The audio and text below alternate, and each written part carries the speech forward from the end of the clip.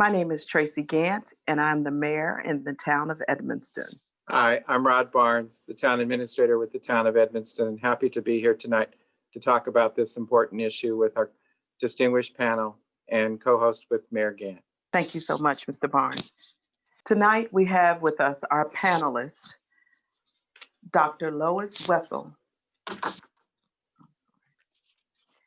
DNP, FNP, BC of Georgetown University, School of Nursing and Health Services.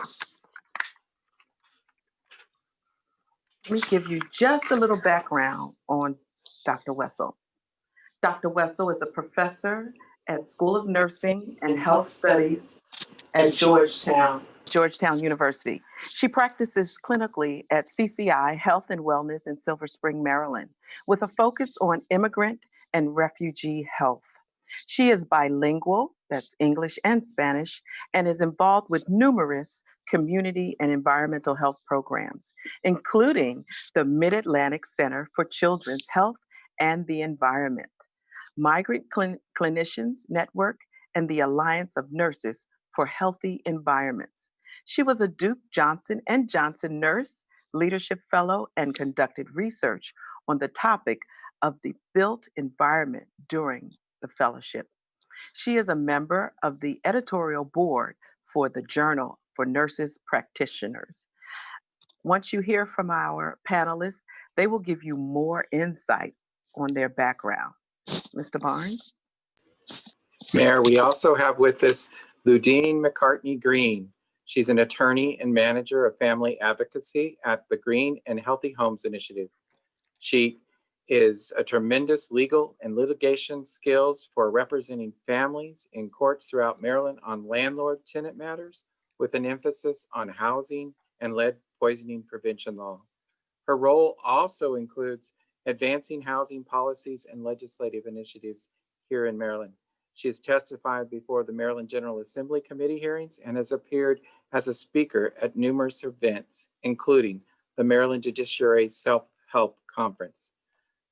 Ludine is a passionate person about addressing health equities and social deterrence of health that impact children and their potential lives of ability to have a healthy life. She holds a Bachelor of Arts in Political Science Pre-Law from Michigan State University and a Juris Doctorate from Michigan State University College of Law. She has over 8 years of legal experience and has worked for several law firms in private practice here in Maryland. We're very happy to have Ms. Ludine McCartney Green with us tonight. We also have Mayor Dr. Jim Conti. Dr. Conti is from Georgetown, Washington Hospital Center for Family Medicine. He's a third-year resident, and I know a busy person as we've worked on his schedule. So we're glad to have him here with us. He graduated from Temple University School of Medicine in Philadelphia and is involved in community outreach and public health efforts in the area. We're thrilled to have each of you with us tonight as we talk about this important topic. Thank you, Mr. Barnes. Again, this will focus on children's health and the environment, asthma and lead poisoning. The meeting will focus on the connections between children and the environment and how the exposure to harmful substances in the air, water, and soil can negatively impact their health. Because children's bodies are developing and because they eat more food, drink more water, and breathe more air for their size than adults do, they are especially vulnerable to environmental health hazards. Mr. Barnes? Our panelists will give us further insight into two of the environmental health issues most frequent in children, asthma and lead poisoning. We will be learning about ways to identify these conditions, reduce exposure to lead and asthma triggers, as well as some of the current programs that can help parents deal with these conditions. Fantastic. Well, let's get on with it so we can get into this discussion. Our first segment will be background on environmental issues affecting our children. So, my first question would be, what are the health problems children can face due to environmental issues?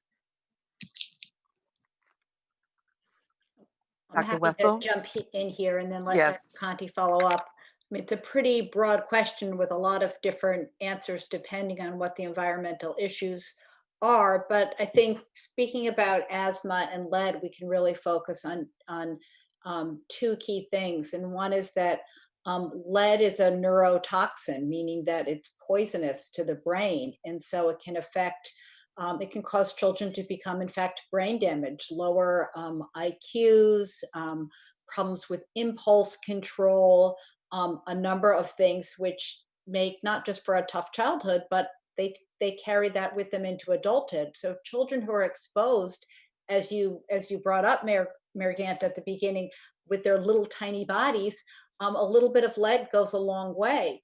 And so if they have a little bit of that exposure and it's not caught on time, or we don't remove that toxin from their environment, it can go on to cause many problems, including um, uh, brain damage to the children. And that's our big concern. And I think it's important to point out that in the course of my lifetime, and my father was a pediatrician who spent a lot of time working on lead poisoning issues, we have seen what was considered the acceptable lead level to come way down.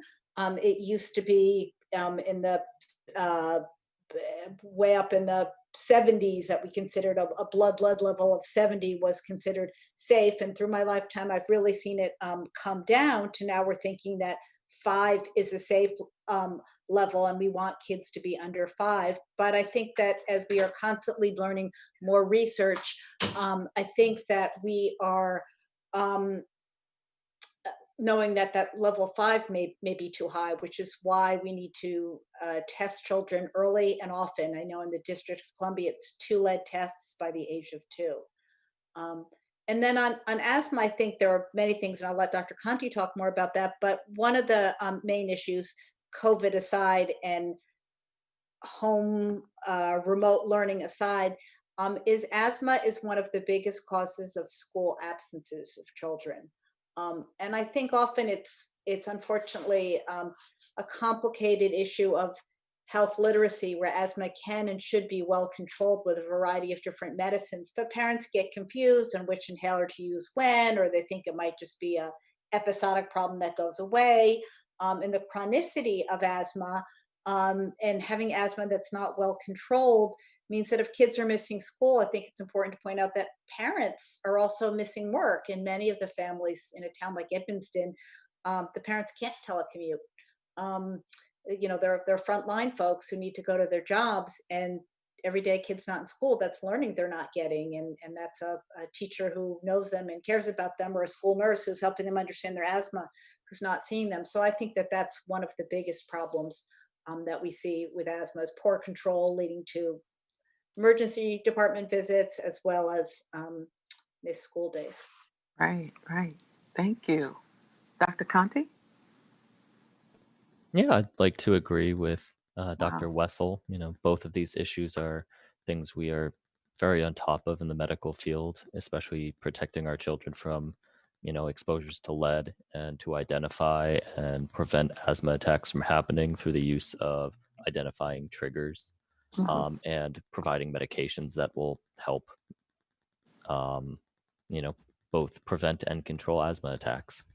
Um, I think Dr. Wessel did a very good job of kind of summarizing the biggest issues that come about with exposure to lead and with exposure to any triggers that may cause an asthma attack. Right, right. That's great. Great information. And Mayor, just to piggyback on the other panelists, I just wanted to really highlight that lead poisoning is the #1 environmental hazard affecting children. Mhm, The number mhm, one.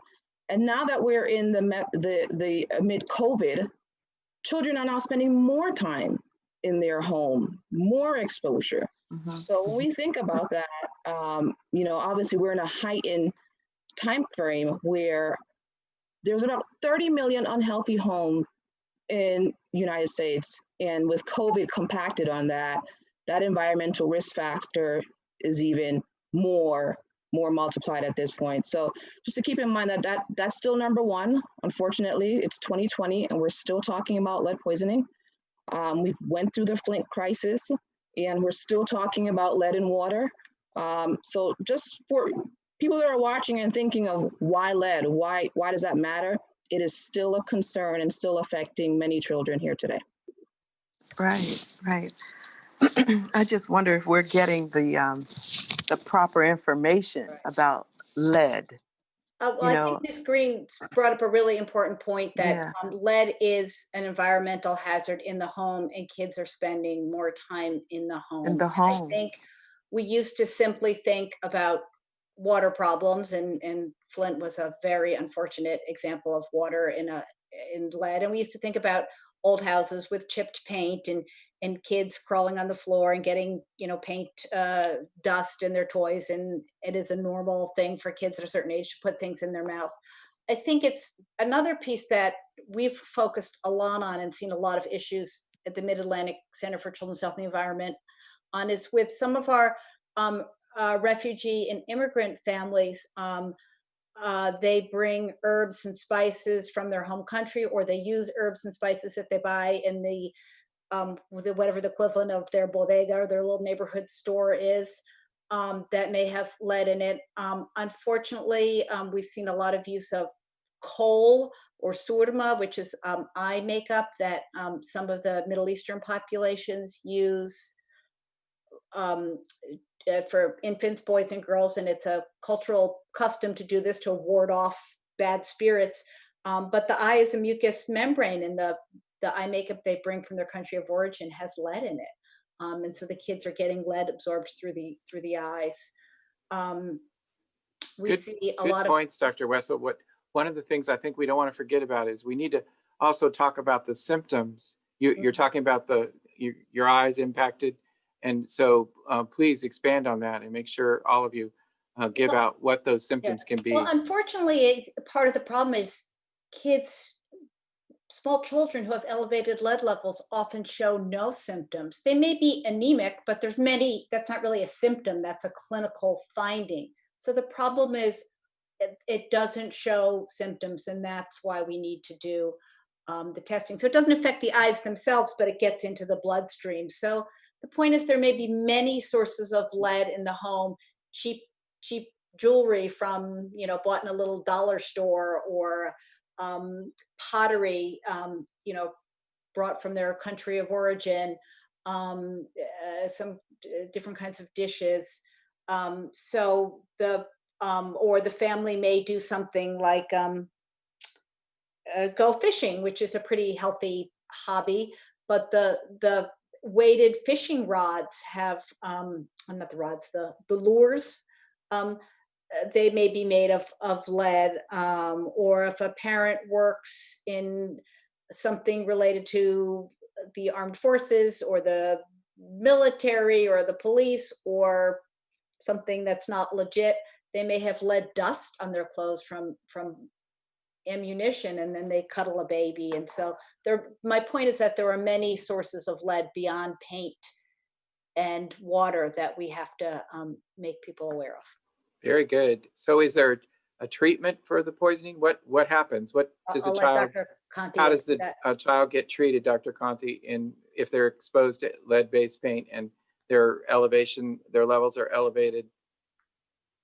Yeah, absolutely. So, the first step is, as Dr. Wessel said, identification. So every child at the age of 1 and at the age of 2 will typically receive a blood test looking for their blood levels, their hemoglobin, their hematocrit, to see if they are anemic, but they will also get a lead level with the cutoffs, as Dr. Wessel described already. If we identify that they're above the minimum allowable concentration of lead in the blood, we can give a variety of different IV or oral medications aimed at absorbing some of that lead into the chemical and allowing it to pass naturally, either urination or having a bowel movement that would allow the lead to naturally be removed from the body. In some cases, if the lead is dangerously high, well above our minimum acceptable standard, it may require IV medications in a hospital setting in order to prevent serious toxic events that may be life-threatening in the moment. We typically think about that when blood levels are significantly low or the blood level is significantly high, and we're already seeing issues where a child is very tired, which really raises a severe concern that the blood levels are so high that they're producing almost immediate symptoms. Okay. All right. Oh. Very interesting. Before we go off to asthma, I had a question about, are children tested for lead, and is that one of the requirements to get into a school? Yeah. And I Yes. think the point that Dr. Condi brought up that's really important is this testing at least twice, this at age 1 and age 2. And for our refugee children, we test them regardless of what age they come. Um, but one of the things that we're seeing, as every other medical and social problem is compounded by COVID, we are concerned that parents often worry, understandably, about bringing their kids to a medical setting during COVID because they don't want to be in the waiting room with people that they might get COVID from, or that they think they might get COVID from. And so we may not be doing this screening. And just like every other environmental problem, and something that I know Green and Healthy Homes works on, is first of all is prevention. And secondly, it's early detection. So if we get a kid when they're 1 and they have an elevated level, we're probably not having to send them to the hospital to get IV medication. We might be able to find the source in the home, and keep an eye on that kid and do follow-up leads and do some dietary changes and increase the iron in their diet, and maybe turn it around. So we don't want people to think that because of COVID, they shouldn't come in and get their general pediatric care, which of course includes immunizations as well. Very good. Rod, just to highlight, Dr. Wessel mentioned the fact that of case management, right? That early intervention is really what's necessary so we don't get to the high levels. But I want to remind citizens of Edmondson or Prince George's County, roughly about 300 children are poisoned by lead every year in the county. I'm not talking about a different state. I'm talking about somewhere. I'm talking about in Prince George's County. And we talk about different sources of lead. Lead paint will be your number one, but especially in the county, the spices or makeup have been one of the determining factor of seeing that in children. Most recently was also found lead in soil in playgrounds. Mm-hmm. So, and I'm talking about right here in Prince George's County and nowhere else. So when we talk about educating, the low levels is really where a lot of children are being tested and found. And if we haven't said it, I want to say it now, and I'm sure Dr. Conti and Dr. Wessel will basically agree that there's no safe level of lead. Mm-hmm. Right? CDC has made that known. There's no safe level. So if you're testing even at a 2, at a 3, at a 5, I tell parents all the time, don't dismiss that, right? Don't say, oh, my kid is fine. Still look into that and look into nutrition, of how you can increase that nutrition so your lead levels can go down. Thank you, Rod. Very good. No problem. That is important. And you know, communities, towns can help. The county government can help. The state government can help, especially with those playgrounds, with making sure when we do inspections on homes that we're checking for those kinds of issues, making sure that the children living in the homes are being tested. So, Mayor, I think we want to talk a little bit about asthma. Yeah. Before we go into our next section.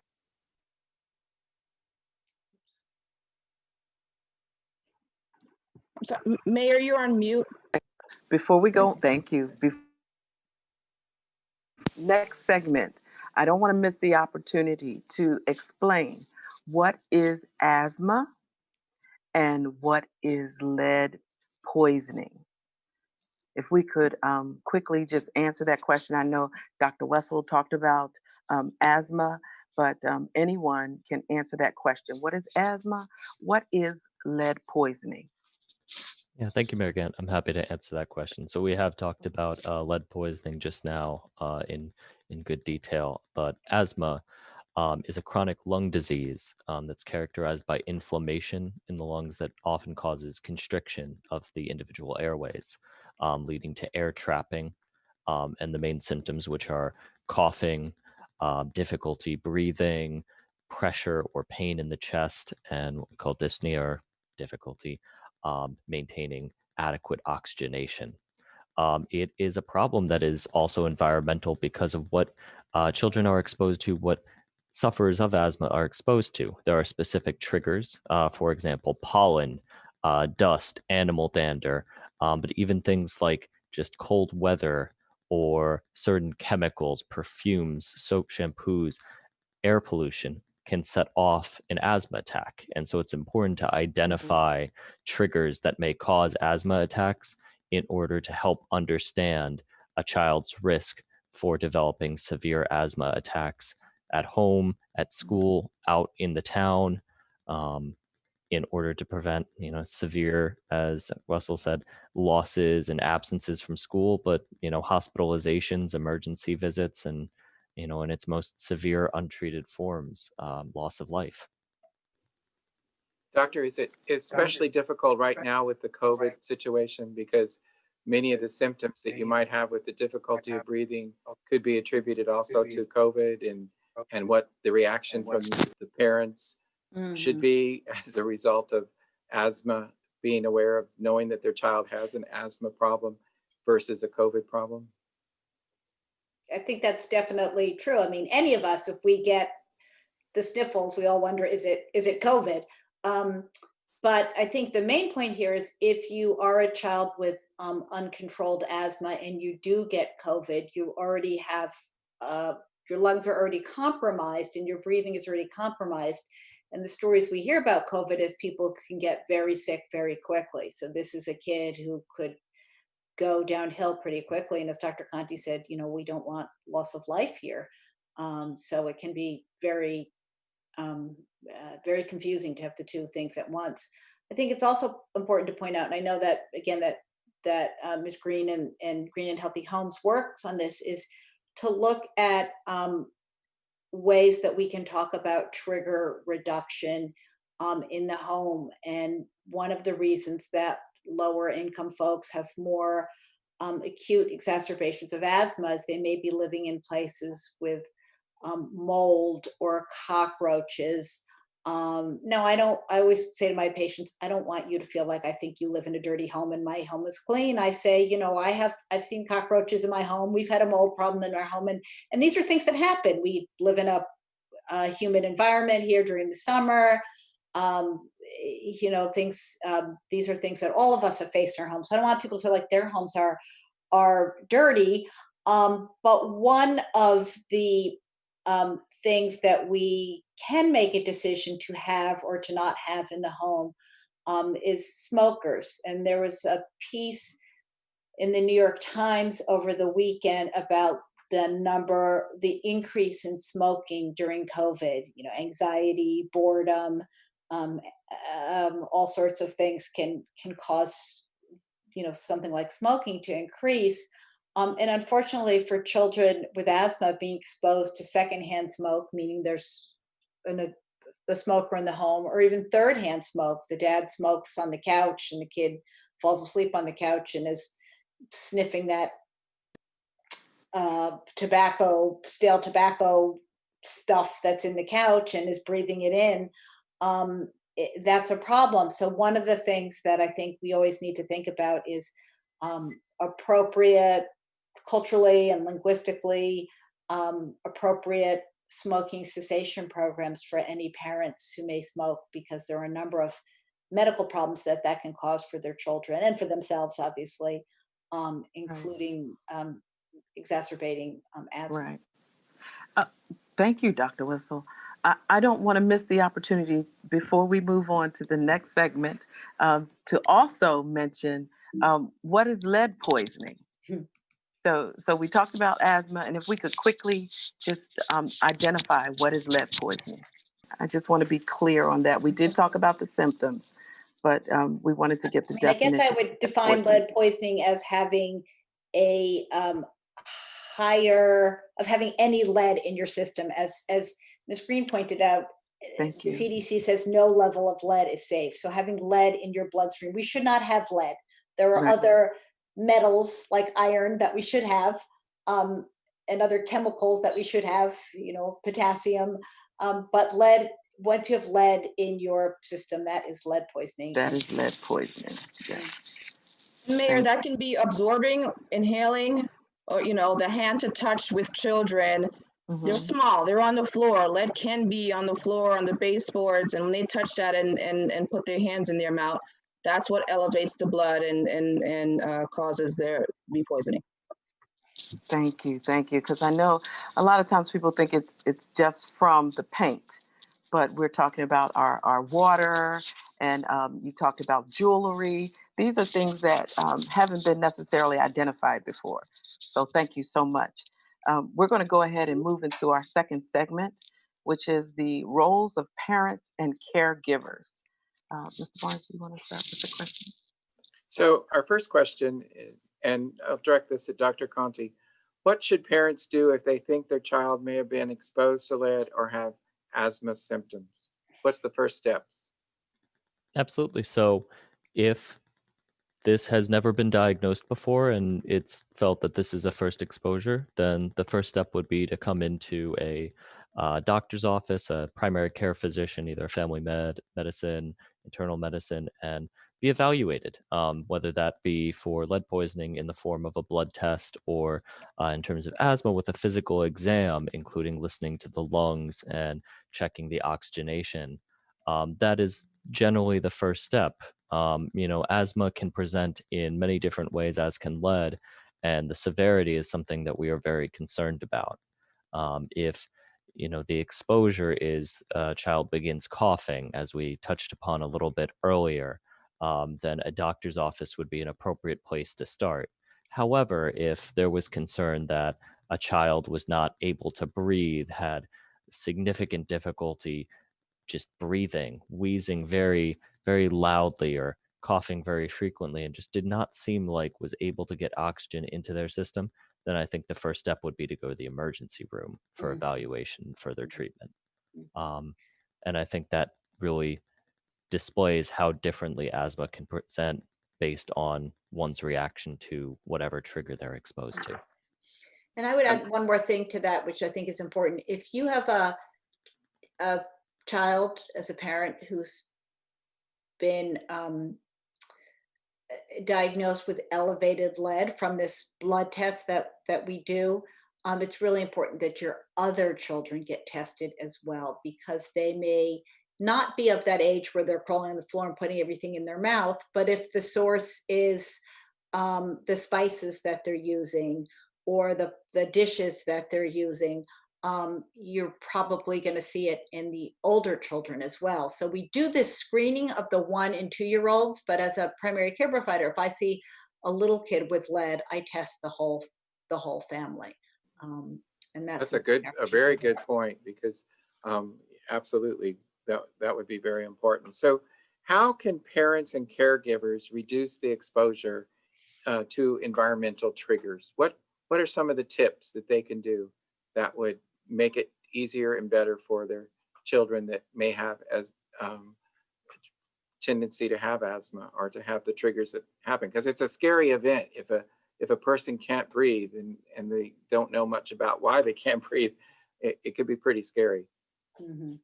Mhm. Yeah, in terms of asthma and the triggers, identification again is one of the first steps. So knowing, what your child may react to, is it cold weather? Is it exercise? Is it dust, pollen, cigarette smoking? There are a lot of different things that can cause an attack and can make symptoms, mild or severe. And so knowing what those are ahead of time. For things like smoking, it's ensuring that a child isn't exposed to smoke in the first place. If a family member is going to smoke, making sure they're far removed and changing clothes before interacting, ensuring that there's no point of contact of cigarette smoke in the child. In terms of dust and pollen, frequently that involves cleaning the home often to ensure that there is no leftover dust on surfaces, that there is no pollen being tracked in from outside. Um, so there are a lot of different ways to reduce that exposure, all of which very, very well depend on what exposure a child requires in order to trigger an asthma attack. Mhm. And I would add one thing to that, which is we're talking about, we focus a lot on environmental triggers, where there can be trigger reduction in the home. But it's also important to point out that some kids, their asthma is triggered by a virus or a bacteria that they get. And we might see a little bit less of these kind of common colds in kids, with kids not being in school right now because of COVID and even simply mask wearing. But because a childhood viral or bacterial infection can then cause an exacerbation of asthma, it's again another reason why children should be getting their immunizations. The small kids, we give them medicine against a respiratory virus, RSV, or pneumonia vaccines, and all of these childhood illnesses can that involve the respiratory system can also be problematic if you have asthma. So getting those vaccines is really important. And Rod, I want to add to that as well. When it comes to asthma and looking at the environmental factor, right, and trying to rule out certain things, Dr. Conti mentioned smoking. Obviously, first, second, and third hand smoking are all a risk and factor. But you want to think about what can you do in the home. Like Green and Healthy Homes, one of the things that we recommend and advise our clients to do is to put a mattress pillow cover over your pillow. Put it over your bed as well. You want to make sure that you have kind of a weekly cleaning. Use a HEPA vacuum. Using a high energy particle efficient vacuum is much better than using a standard vacuum, because it sucks up all the particle that is in the air that may cause and trigger the asthma in the home as well. So we recommend cleaning, sometimes using a 2-bucket mop system, having one bucket that you're using with cleaning with warm water, soapy water, and then another clean bucket. So you're not cross-contaminating if you're wiping up, if it's lead dust that you think that you may be exposed to, or just different dust mites that may be in the area. So proper cleaning, a HEPA vacuum, mattress pillow or cover for the bed are some of the good ways also to look at reducing triggers.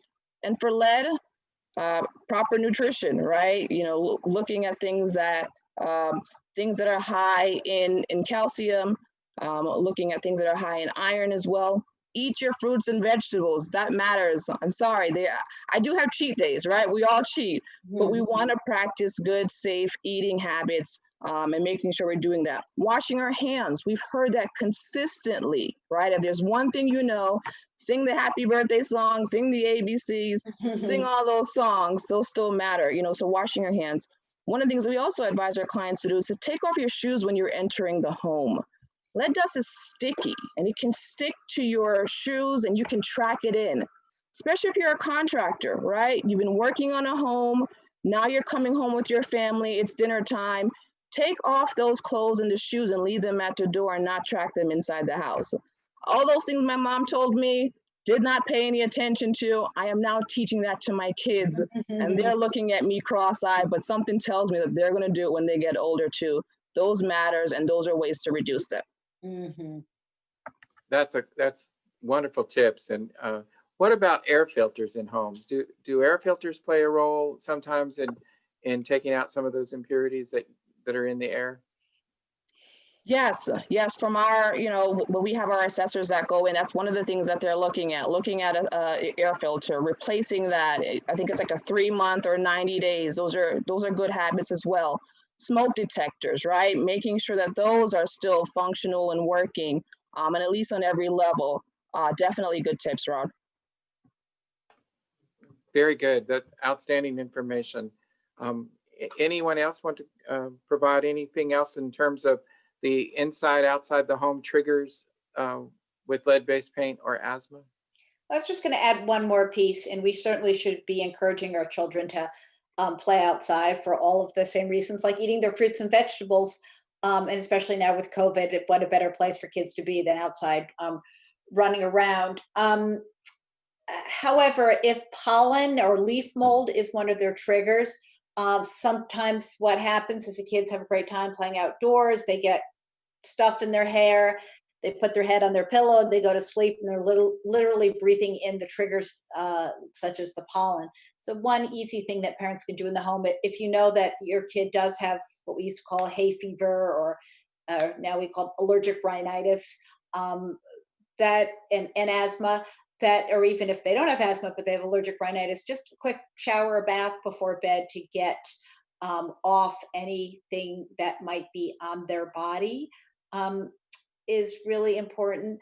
And the other thing that I think is really hard for families is that often one of their triggers may be animal dander. And people love to say, "Oh, I have a hypoallergenic dog. My dog doesn't, isn't a problem." And from what I understand, really the only hypoallergenic pet is like a snake or a reptile. But anything that has fluff, like a bird or a gerbil, even if it's not the dander itself of that animal, the dust mites and other things get stuck to these hairy creatures. And so the cat and the dog may be bringing in pollen from the outside. A lot of kids and a lot of families love their pet like a family member and let the pet sleep in the bed with the kids. And so if you know what the triggers are and it is pet dander and or something that the pet may have on them, it's really heartbreaking, but the kids need to be kept far from the pets. And I've seen families where they've unfortunately had to give away the pets. Very good. We could talk about a lot of this for a long period of time, but Mayor, I believe it's time to move into our next segment. Is that correct? That is correct. Policy and advocacy. Ms. Green, what are some of the recent Maryland laws that protect our children from asthma or lead poisoning in housing? Thank you, Mayor. One of the great things of working at Green and Healthy Homes is the connection between working with the family on the ground, but also the policy and advocacy piece. I'm happy to be able to say that last year, Governor Hogan signed into law the Maryland risk reduction in housing law. And what he did was by signing that law, that amended our reference level in Maryland, the action level. You're looking at me like, what's an action level, right? So in the state of Maryland, a rental property owner is required to do a proactive rental inspection prior to a tenant moving in. If the tenant moved in and was exposed to lead paint, whether it's a child under the age of 6 or a pregnant woman, the landlord was required to act to do risk reduction measures to remove the lead paint from the rental property. When did that happen? Only if that child under the age of 6 or pregnant woman tested at a 10 micrograms per deciliter or above.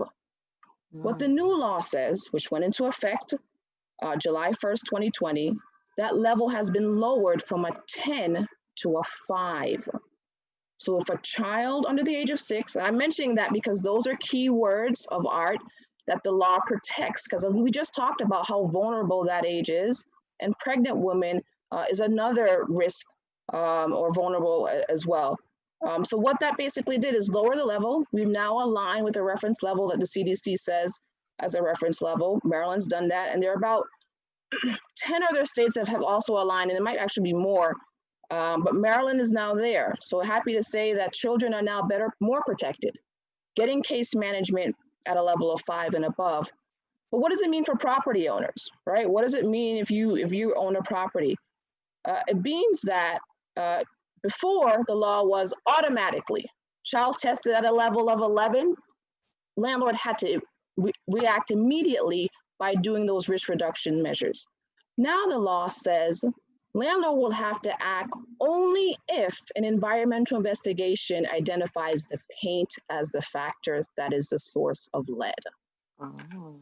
That environmental investigation can be conducted by the Maryland Department of Environment or the local health departments. Baltimore City and Prince George's County have within their health department a sanitarian or an inspector that will go out and do that. So key phrase I want to mention is that child is in the home or pregnant woman exposed to lead at a level of a 5 or above. The mom and dad or guardian will be notified now at a 5. That was not happening before. Now they will be notified, and once notified, the property owner is also notified. But before the property owner is required to act, the environmental investigation will take place. As we mentioned, there's different sources of lead. Lead paint has been, and it still is, the #1 hazard affecting and causing lead poisoning. But now we're at a point where the state is looking at the levels between 5 to 9 and noticing the different sources, which could be the paint, it could be the spices, and they're going into homes doing that environmental investigation. So that's one thing. And I wanted to talk about just a little bit about the process. A child gets tested by the local health department, and that is what triggers it. I've heard some tenants that says where they feel like they're being retaliated against. I didn't tell I didn't tell my health department that that the child was poisoned. You know, don't kick me out. I want to let parents know that and families know that it is required. This is not the tenant can put the landlord on notice, or the local health department or state can put the landlord on notice. That's important. That's very important.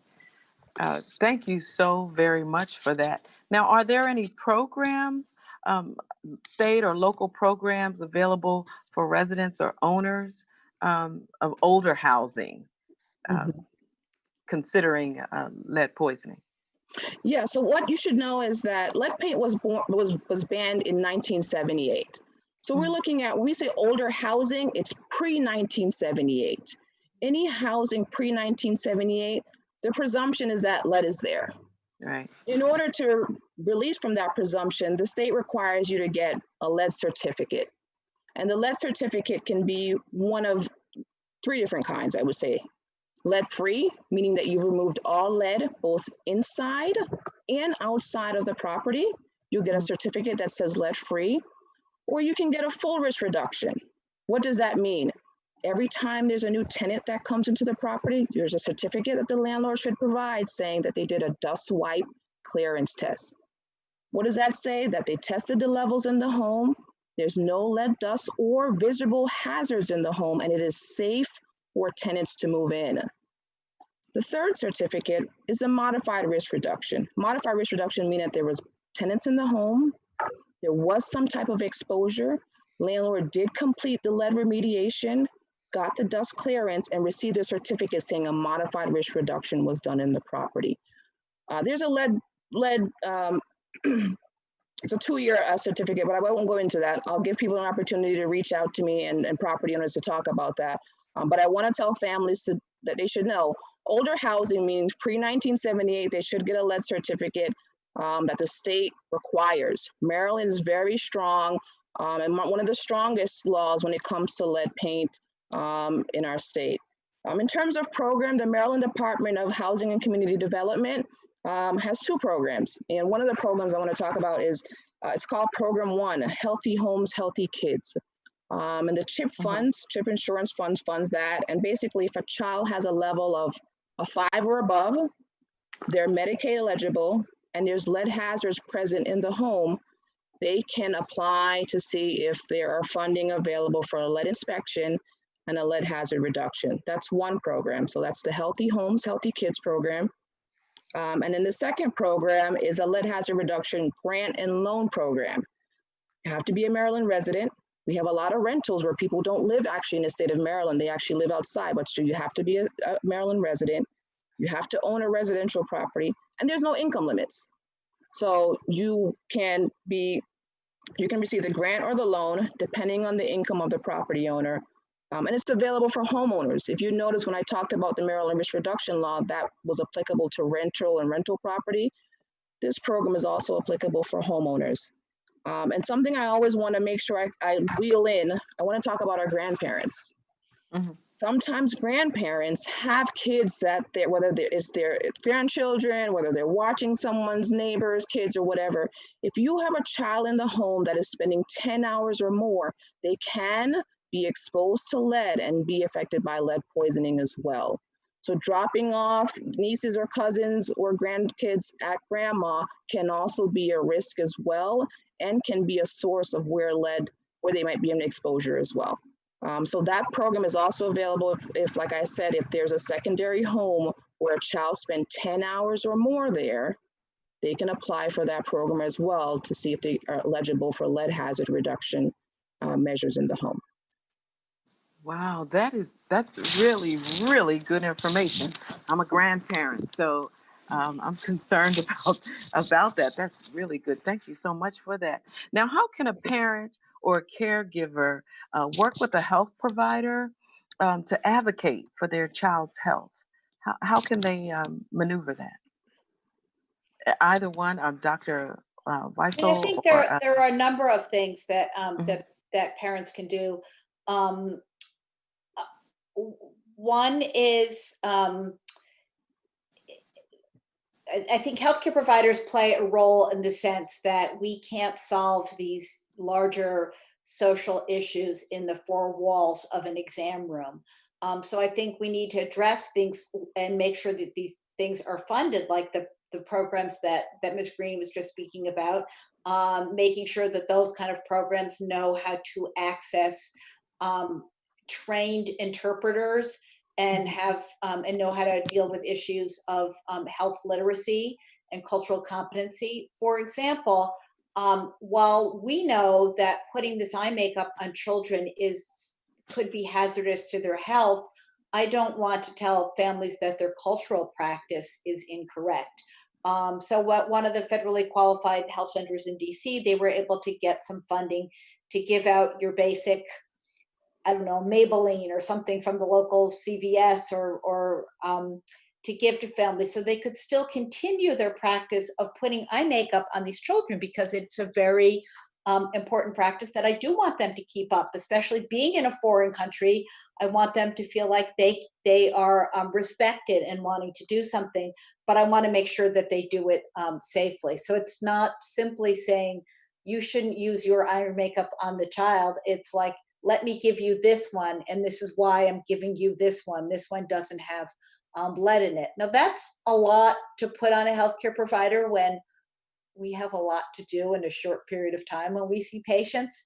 So I think strengthening the health system with home visiting nurses, community health workers, these are all ways that we can bridge some of the gaps that parents who um, understandably may feel overwhelmed. They're trying their hardest to be the best parent possible. It's not their fault that there's smokers even in the next apartment over. So who's going to advocate for that child who's been in the hospital with asthma when it's not even somebody in the family who's a smoker? What are the legal and medical partnerships that exist?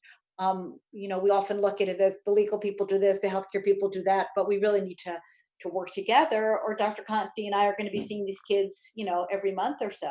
So I think the best way we can advocate for the families we work with is make sure these programs are funded, make sure parents have education in a language and at a level they understand, and the appropriate resources. Um, for example, one of the things that the Mid-Atlantic Center for Children's Health and the Environment has done is given out to the promotores de salud, or the community health workers of Casa of Maryland. We've actually given them these little lead testing kits, which you can buy. They're probably not as cheap as they should be, but you can buy at Home Depot or any hardware store, and they look a little bit like a cigarette, and you can use it to check to see if your dishes, let's say, have lead in them, or your jewelry has lead in it. And so we've given that to the community health workers to go into the home and work with families to identify what are the items in the home that may have lead in them. And those are things that I wouldn't know about as a clinician in my exam room. I can tell you what the lead level is and what the iron level is and what shots the kid needs, but I don't really know all this that's in the home. So I think we need to be advocates for funding to have more sort of services that can help family look for these sources of lead, or maybe the mold trigger in the home is a leaky faucet and you're an immigrant family and you don't have the language skills, or you're afraid to call the landlord because you're behind on your rent because COVID has affected your job. Having somebody who can advocate for you to make sure that we just get that plumbing fixed so that the sink isn't dripping and there's not mold under the sink. And there's simple fixes to some of these things. It sounds like, Dr. Wessel, it's all about communication and getting the word out and getting information in the right hands of parents, educators, medical profession, so that resources are known. Ms. Green talked a lot about some of the things happening from the state level. We want to wrap up this session so we can take a few questions. I know that mhm. we do have some of those, and we want to move right into that. So Mayor, the first question that they were interested in getting answered was, Yes, yes. We had someone to write into us to ask. I think my child's asthma sometimes gets worse in school. What should I do? That's a great question. And I'm happy to address that. I think Mhm. even if it's not getting worse at school, one of the best things to do when you're at a doctor's office is creating what's called an asthma action plan. And it's something that is provided both to the parents as well as to the school, which allows you to see the severity of the asthma, identify what triggers and what medications are appropriate for specific symptoms of asthma. In addition, when a child has asthma, we generally recommend that the school nurse be contacted and provided an inhaler of albuterol in the event the child becomes short of breath or has other symptoms suspicious for asthma. It allows the nurse to administer some treatment there and then, and evaluate, reevaluate, and potentially escalate care as needed. But making sure that you're contacting both the school nurse, any doctors, practitioners, anyone who is involved in the care of the child, so that all parties are involved and aware of the specific needs of any child. And the important thing about the asthma action plan that I actually love, kind of going back to what I was talking about before about information that parents can understand, is that it's based on a concept of red, yellow, and green, just like a stoplight. And it's really interesting that that stoplight concept is universal. So if your kid is in the green zone, that means they're doing really well. The yellow zone, eh, it's okay. We want to get them back to the green zone. And the red zone means that there's a problem. So those asthma action plans really empower the parents to understand a lot about what is happening with the kid. And then back to the advocacy piece, school nurses are great. I don't know the situation in PG County as well as I do in Montgomery County where I live, but there may be one school nurse for 3 different schools, which frankly is probably not enough. And again, everything is COVID these days. And if you look at some of the ways that kids were able to go back to school after the pandemic in 1918, it was having a school nurse in every school who could help keep keep things healthy. And so having more school nurses would really help so that those kids could get that albuterol hailer. And what if the kid is in an after school sporting activity, they need their inhaler and the nurse is already gone for the day? How are we going to work that out? So the nurses sometimes can figure out those plans with the family and the school administrators so that those kids can participate in exercise programs, which of course reduce the risk of childhood obesity. And these things often go together. Thank you. Thank you so very much. I mean, I have enjoyed this opportunity to learn more about lead and also asthma. How about you, Mr. Barnes? Have you enjoyed this? And I have enjoyed it. And, it actually wants me to take action. I Mhm. want to make sure that here at the town of Edmonston, we're doing some of these things, that we're making sure people are aware of the resources, aware of what happens. We're checking out rental homes. We have a number of rental homes here in our community. And so how can we make sure that they're lead-based paint safe for our small children, particularly, and for any pregnant mothers that might be in that home. So it's been outstanding. Our panelists are wonderful. We could probably go on talking about this. And it's sort of like we want so much more. Yes. We want Yes. more Yes. information. And so this has been great. Yes. Final thoughts from our panelists. Anything that any of you would like to share with our viewers before we wrap up completely here? You've given us so much. just one little final thought, maybe to a parent or a caretaker or even a healthcare provider. Just one final thought. that would be really great. And I guess I would repeat what I said before. It's very important, even with COVID, that parents continue to get their well child checks so we can immunize them, especially now with the flu. We can do appropriate tests per their age, including lead, and we can help manage their asthma so they don't end up in the emergency room, hospitalized, or even succumbing to it. So keeping those kids coming into our primary care clinics is the message I would give. Absolutely. I would agree with that and just say all of our doctors' offices are more than happy to accommodate, and we have strict precautions to make sure that the any risk of exposure to coronavirus is as little as possible. Mhm. And the benefits of immunizations, the benefits of regular physical exams Mhm. very much outweighs the small risk that any doctor's office is going to have of transmission of coronavirus at this time. We Mhm. take it very seriously and we want everyone to be aware. We do everything that is safe for the patient to make sure that anyone is able to come in safely. Mhm. Mayor, I have two things. One, I'm going to say parents, go with your gut feeling, right? If you know that something's not right or something doesn't seem right, I want to empower you to speak up. Early intervention is the best thing, just seconding that. And primary prevention are the best ways to identify lead poisoning and to address it head on, including asthma as well. So go with your gut feeling. And two, I'm going to say a little bit off topic, but still on point, complete your census. Today is the Mm. last day to do that. And if you have not done Yeah. that, I will tell you to complete it because those dollars and those funding help healthy homes. And we want to make sure that those coming back to the communities that most need it. Yes, yes, yes. Thank you so much for that. Thank you for that. That means a lot. A lot of times we don't understand how we can get our resources, and that census says a lot. So Mhm. thank you so much. Mr. Barnes, did you have a final thought? Well, just that this is great information tonight, and it's going to be available. You can sign on to Edmonston's website, edmonstonmd.gov. Drop down to the bottom of the page, click on the Facebook icon. It'll take you right to our Facebook page where this segment is on.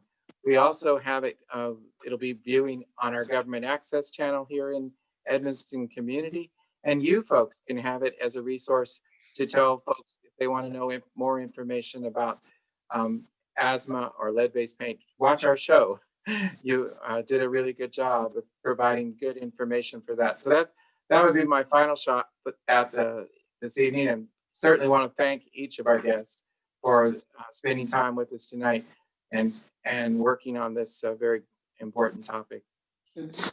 Yes, thank you again so much. And thank you, Mr. Barnes. I just want to make mention, besides the information Mr. Barnes just provided, we have Edmonston Talks, and that would be October the 21st at 7 p.m.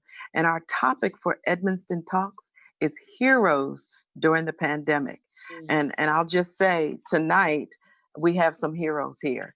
So thank you so very much for what you do and the information that you provide. Sometimes with everything that's going on, some things get pushed to the back burner. And I think lead based paint or and the ways that you can get lead poisoning and asthma, it's important. And it has been pushed to the side. It gets pushed to the side a lot. Um, some people take it as a common cold, but this is serious. And I thank you so much for providing the information that you provided tonight. You are our heroes tonight. And I know you're heroes to so many that talk with you and meet with you. So thank you once again on behalf of the town of Edmonston. Yep, thumbs up. Thank you on behalf of the town of Edmonston, myself, Mayor Gant. We thank you so much for just giving us what you have. And with that, I'll sign off and say good night. Thank you to everyone again. Thank you. Thank you so